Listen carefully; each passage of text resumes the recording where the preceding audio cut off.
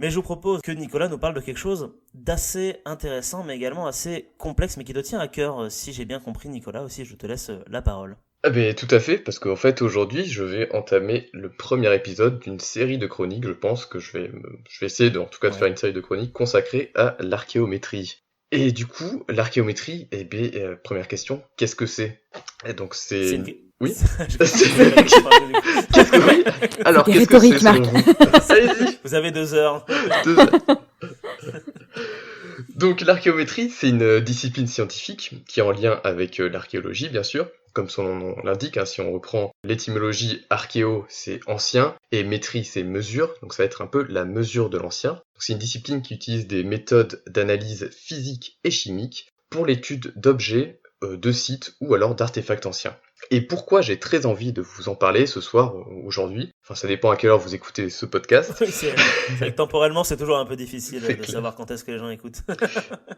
Et bah du coup parce que en fait de base j'ai une formation d'archéomètre et du coup c'est une discipline à laquelle je suis plutôt attaché comme tu l'as dit Marc. Et oui, bah oui. Et du coup donc dans cette discipline on va distinguer plusieurs méthodes et parmi lesquelles l'analyse et la caractérisation des matériaux, c'est-à-dire qu'est-ce qu'il y a dans la matière ou encore les techniques de datation. Et c'est sur ce dernier point que l'on va aborder aujourd'hui, puisqu'on va parler de la datation par le radiocarbone, qui est plus connu sous le terme de carbone 14. Donc en premier lieu, on va définir un peu ce que c'est une datation. Donc si on s'en tient à sa définition la plus simple, une datation, c'est l'attribution d'une date. Mais on va voir que lorsqu'on va parler d'archéologie, tout de suite, ça va devenir un petit peu plus compliqué que ça. Et donc première chose, en fait, on va distinguer déjà deux types de datation. La datation qui est dite absolue, qui consiste en un résultat chiffré précis. Par exemple, je suis né en 1991 de notre ère, Alésia a été prise en 52 avant Jésus-Christ, je suis allé boire une bière au pub le 22 janvier 2020 à 19h. Tout ça, c'est de la datation absolue. C'est quelque chose qu'on peut recadrer dans le calendrier, si vous voulez. Je vois. En archéologie et en histoire, la datation absolue, elle va être très utilisée. Ça va être le cas pour certaines périodes archéologiques qui sont bien connues et définies, mais ça peut rapidement être compliqué d'obtenir ce type de datation lorsque l'on va aborder, par exemple, la préhistoire, la protohistoire, ou alors les périodes les plus anciennes. Et de la même manière, lorsqu'un même site archéologique va connaître plusieurs périodes d'occupation successives, par exemple on a, un sanctuaire gaulois sur lequel prendra place par exemple une villa romaine et puis après une ferme à l'époque médiévale et un moulin au XVIIe siècle, et on va se rendre compte que ça va être très difficile d'avoir des dates précises dans tout ça. Donc c'est pour ça que pour comprendre un site archéologique, on va aussi utiliser le terme de datation dite relative, c'est-à-dire déterminer un ordre chronologique d'événements ou d'objets entre eux sans avoir à connaître leur âge réel. Et du coup, on va les comparer avec d'autres vestiges, par exemple qui font partie du même ensemble, ou alors à des corpus qui sont déjà établis, de vestiges qui sont datés et eux qui sont connus. Je sais pas si c'est clair pour l'instant. Si. Bon, après, c'est clair pour nous parce que nous, je pense. Voilà, c'est ça, ouais. Oui, c'est ça. On sait de quoi tu parles. Pour donner un exemple, de datation relative, on peut prendre l'exemple de la stratigraphie. Si on reprend notre exemple d'occupation successive pendant différentes périodes, en fait, si on étudie chaque couche de terrain, plus on va remonter vers les couches les plus profondes et plus on va remonter le temps. On peut aussi parler de typochronologie, qui va se fonder sur l'évolution des caractéristiques. Ça peut être la forme d'un objet, des décors muraux, des styles architecturaux, des modes de fabrication, pour avoir aussi une idée de la chronologie d'un site en fonction de ce qu'on y trouve. Et du coup, pour transformer une datation relative en datation absolue, on a plusieurs méthodes qui existent. Donc on a les sources écrites, qu'on va pas aborder ici, parce que de toute façon ça va être très limité pour les périodes anciennes, mais on va avoir surtout les méthodes de datation physico-chimique, c'est-à-dire les méthodes de l'archéométrie. Donc la plus connue de tout ça, je pense que tout le monde va avoir une idée à peu près de ce que c'est, ou déjà tout le monde en a entendu parler, ça va être le carbone 14.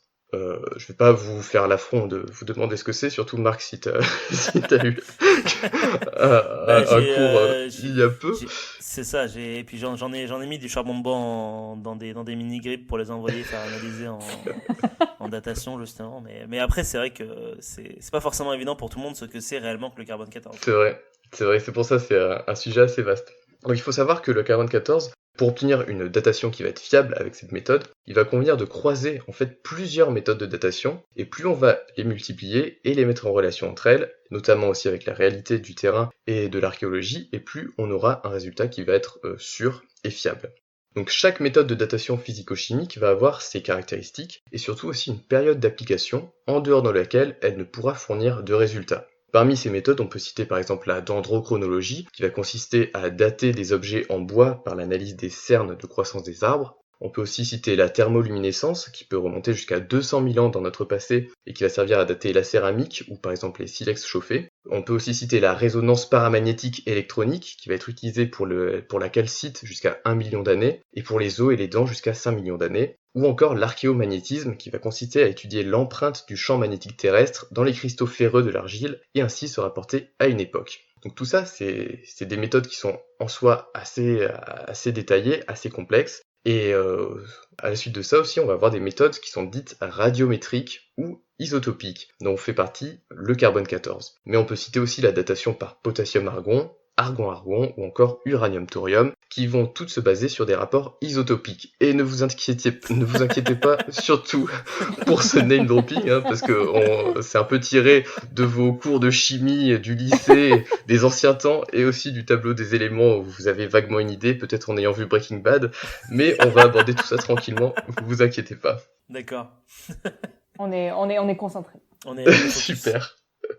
Super. Donc si on résume, les méthodes de datation permettent de replacer un site dans une période chronologique, mais aussi de déterminer les différentes phases de son occupation, qu'elles soient continues d'ailleurs ou non. Donc le carbone 14, il va intervenir pour préciser cette chronologie, mais le carbone 14, il doit aussi être calibré et affiné grâce aux autres méthodes. En gros, lorsqu'on va dater, on va croiser différentes techniques de datation, et on va tenir compte du contexte archéologique. Donc ça, c'était de la petite précision pour qu'on se mette tous d'accord sur qu'est-ce qu'une méthode de datation et quels sont les différents types de datation qui existent.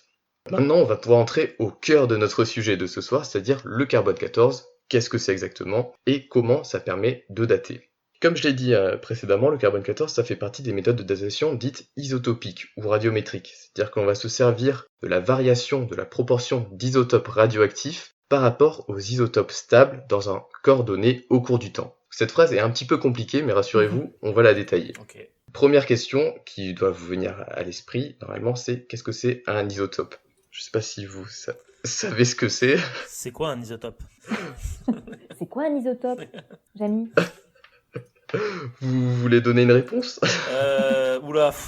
Non, c'est toi qui as eu le cours, Marc. Oula, attends. Maintenant, je suis en chômage maintenant. Alors, un isotope, c'est soit un proton, soit un neutron, c'est ça. Ça fait partie de la composante du... Non, je dis de la merde.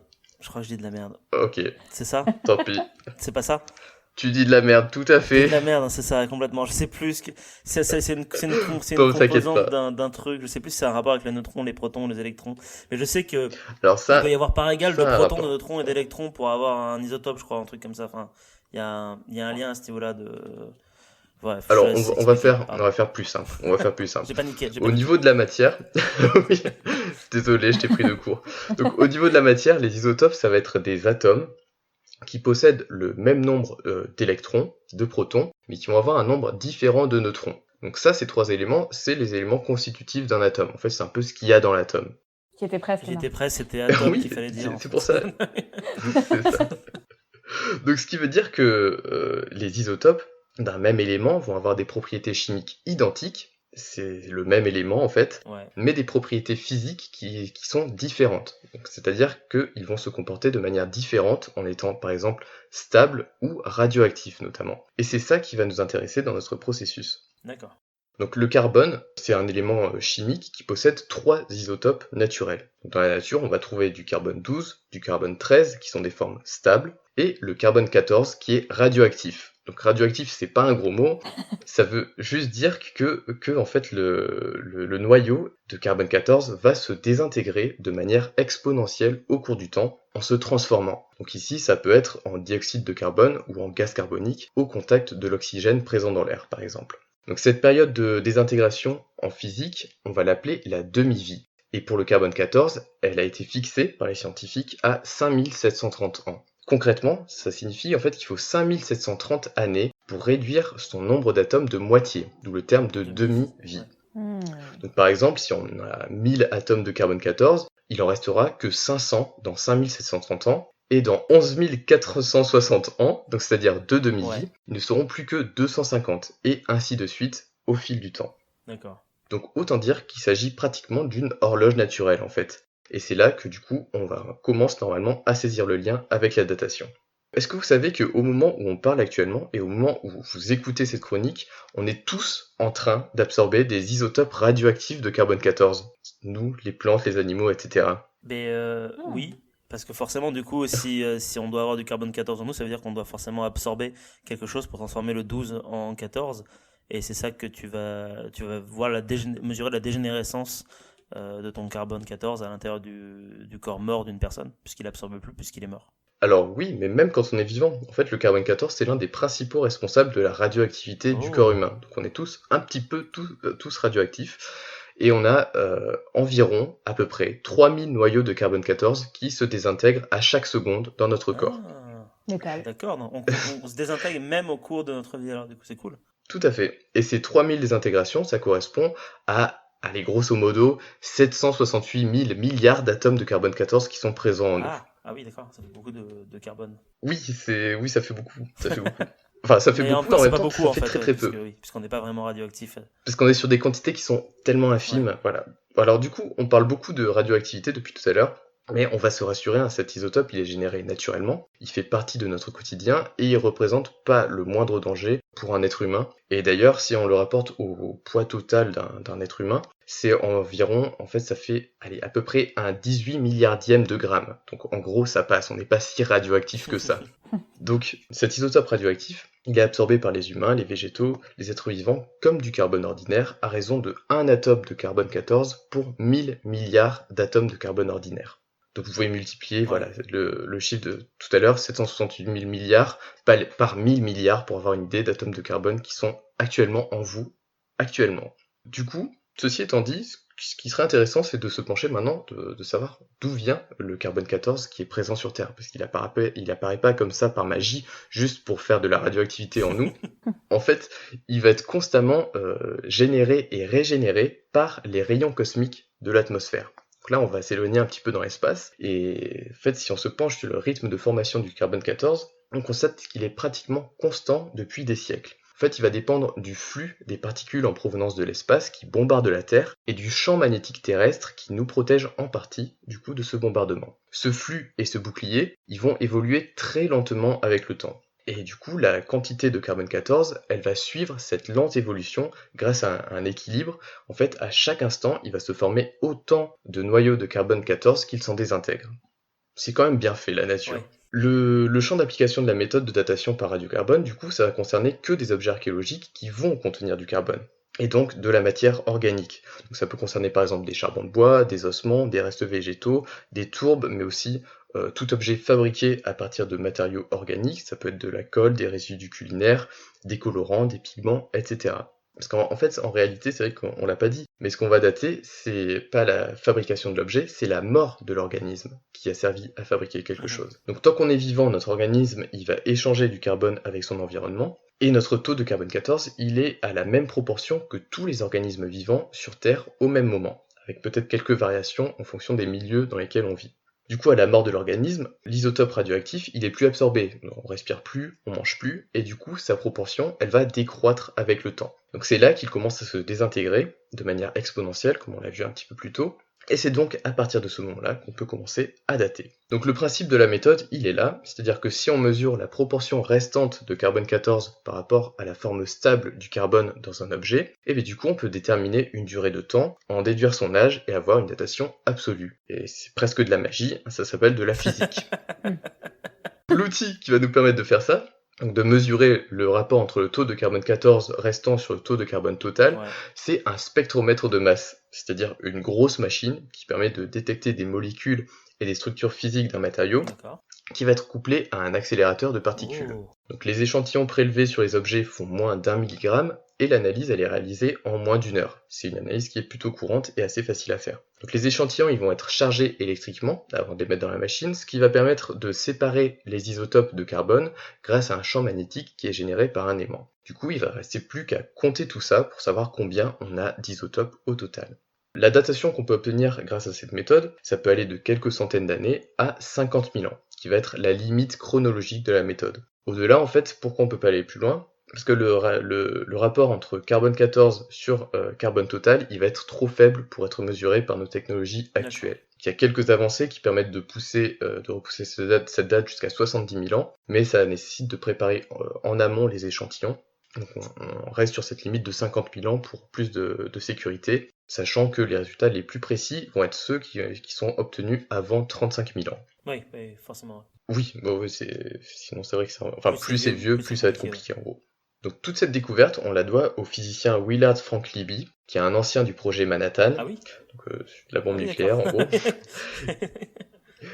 qui effectue la première datation au radiocarbone en 1950 et qui va recevoir 10 ans après, donc en 1960, le prix Nobel de chimie, qui peut être vu d'ailleurs comme le premier et le seul, à ma connaissance, prix Nobel lié à l'archéométrie, alors que la discipline n'existait pas encore dans ces années-là. Bravo. La datation par radiocarbone, vue comme ça, vous allez me dire, ça a l'air vachement génial. Hein. On peut dater plein de trucs organiques et du coup, c'est pas quelque chose qui manque sur les sites de fouilles.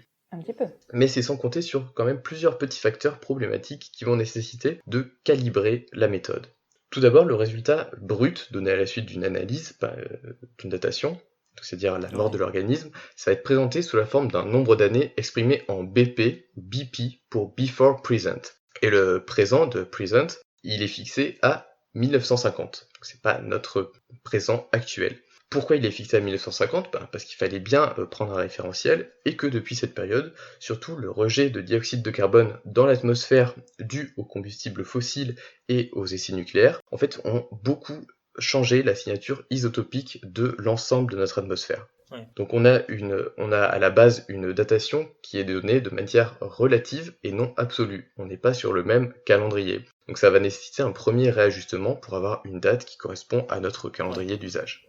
Autre souci, depuis les années 60, on va avoir un décalage systématique des datations données par le radiocarbone et celles données par les autres méthodes de datation comme la dendrochronologie, donc l'étude des cernes des arbres. En fait, ce qu'on constate, c'est que le taux de carbone 14 naturel, il varie au cours du temps en raison de l'influence, comme on l'a vu, du champ magnétique terrestre et solaire. Mais cette variation, en fait, elle est infime, et peut-être que pour des courtes périodes, c'est pas très important, enfin, courtes périodes, c'est-à-dire des centaines d'années, mais quand on va remonter sur plusieurs milliers ou dizaines de milliers d'années, et bien du coup, ça va avoir une influence quand même assez considérable. Du coup, on s'aperçoit que ce taux de production de carbone 14, de manière naturelle, elle n'est pas constante, elle va nécessiter de se rapporter à des courbes d'étalonnage réalisées en confrontant plusieurs méthodes de datation, pour avoir une datation qui va être fiable et qui va plus correspondre à la réalité. Et ça, en archéométrie, ça va s'appeler un âge calibré, c'est-à-dire que ça va être notre datation absolue. Donc c'est comme ça qu'on va transformer la datation de base donnée par l'analyse radiocarbone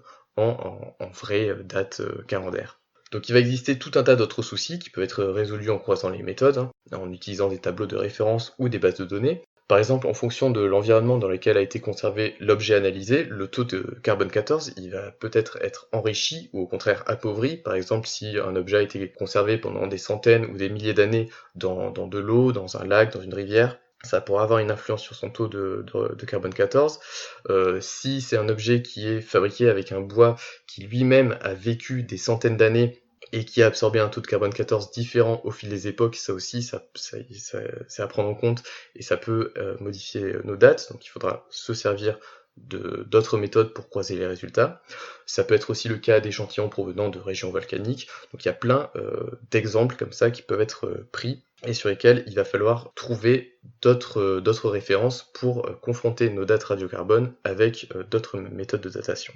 Comme on l'a vu, la datation au radiocarbone, c'est quelque chose qui est assez courant, qui est assez efficace, malgré tout ça, mais faut bien garder en compte ses limites. Donc c'est-à-dire, je le répète, ça va être la date de la mort de l'organisme qui a servi de matière première qui est mesurée, et non pas la date de la construction de l'objet, ou de son utilisation, ou de sa modification. Donc l'élément aussi que l'on veut dater doit avoir incorporé du carbone dans des proportions qui vont être équivalentes à celles de l'atmosphère. Donc ça va pas s'appliquer à tous les matériaux, on peut exclure tout ce qui va être minéraux, roches, etc. Donc si on veut dater des statues ou des bâtiments en pierre, ça va être d'autres techniques de datation. Il faut que ce soit des matériaux organiques pour que ce soit daté par le carbone 14. C'est une méthode qui va nécessiter un nombre important d'ajustements pour donner un résultat qui est fiable, précis et sur lequel qu'on peut utiliser pour des études archéologiques. Pour finir cette chronique, on va citer 2 exemples concrets d'application quand même du carbone 14. En France, on a la chance d'avoir un cas d'école que normalement Marc, tu dois bien connaître.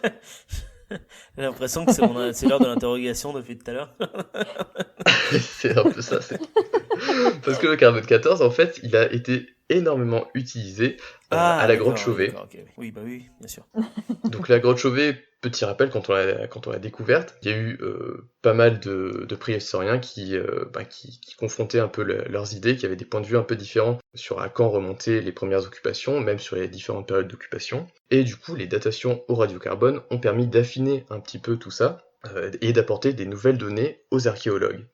Ça, c'est une première chose. Et deuxième chose aussi, en fait, les conditions atmosphériques qui sont assez particulières de la grotte ont permis d'affiner et de calibrer la méthode pour qu'elle soit appliquée justement dans ce genre d'environnement. Donc du coup, si la caverne du Pont d'Arc elle est aussi bien connue aujourd'hui par les scientifiques et les préhistoriens, en fait, c'est en partie grâce aux nombreuses datations qui ont été effectuées par le radiocarbone. Et donc à l'archéométrie. Et donc l'archéométrie, tout à fait. On dit merci l'archéométrie. Un autre exemple. En 1988, un exemple qui a été assez médiatisé, c'est la datation du linceul de Turin, qui est un linceul qui est traditionnellement attribué au Christ par l'Église, et qui donc est censé remonter à l'Antiquité. Et les datations au radiocarbone ont donné une date comprise entre la fin du XIIIe siècle ou le début du XIVe siècle. Donc oui, mais ça, c'est parce que c'est Satan qui truque les données, Nicolas. Enfin, voyons. Bien entendu. Ouais. T'as dit que c'est de la magie, c'est pour ça. C'est clair, mais ça permet de remettre un petit peu les choses en place aussi, la datation.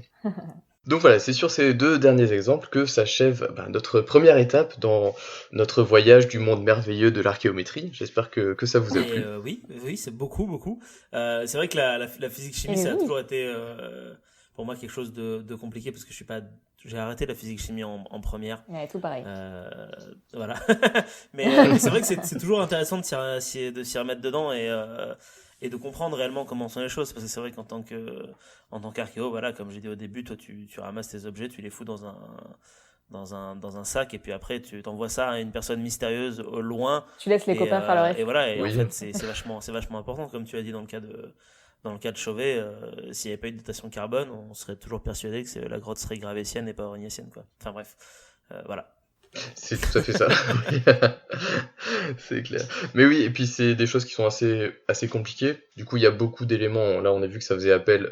Il faut avoir des notions en chimie, en physique, champ magnétique terrestre. Donc, on va dans l'espace, on va dans l'infiniment petit. Donc, ça fait appel à beaucoup de choses. Partout, quoi. Au final, si on place les choses correctement, ça permet d'avoir une idée un peu globale du truc. Voilà, j'espère que ça vous a plu. Merci beaucoup. Puis Oui, merci beaucoup. Moi, les dernières fois que j'ai entendu parler de ça, c'était en licence, et ça faisait du coup un petit moment. Et le rappel n'est pas malvenu. Super. Fantastique. Écoute, on espère avoir les autres chroniques sur d'autres sujets qui arrivent bientôt. Je sais pas, à tout hasard, j'imagine que t'en feras une sur le chlore 36, l'uranium thorium, ce genre de choses. Peut-être, on verra. Je pense que, je sais pas si je ferai d'autres chroniques sur la datation, mais peut-être sur d'autres aspects de l'archéométrie. Yes. Comme ça fait pas très sexy comme teasing. Ça dépend, je suis sûr que pour un physicien c'est hyper sexy là ce que je viens de dire, et tout ce qu'il a entendu, ça dépend du domaine, quoi, en fait, tout simplement. Si ce petit instant passé en notre compagnie vous a plu et que vous avez envie d'en passer d'autres avec nous, n'hésitez pas à vous abonner, mettre un petit pouce bleu, partager la vidéo ou encore nous suivre sur les réseaux sociaux. Sachez que vous pouvez aussi écouter cet épisode dans son entièreté, et pour cela vous n'avez qu'à vous rendre dans la description de la vidéo.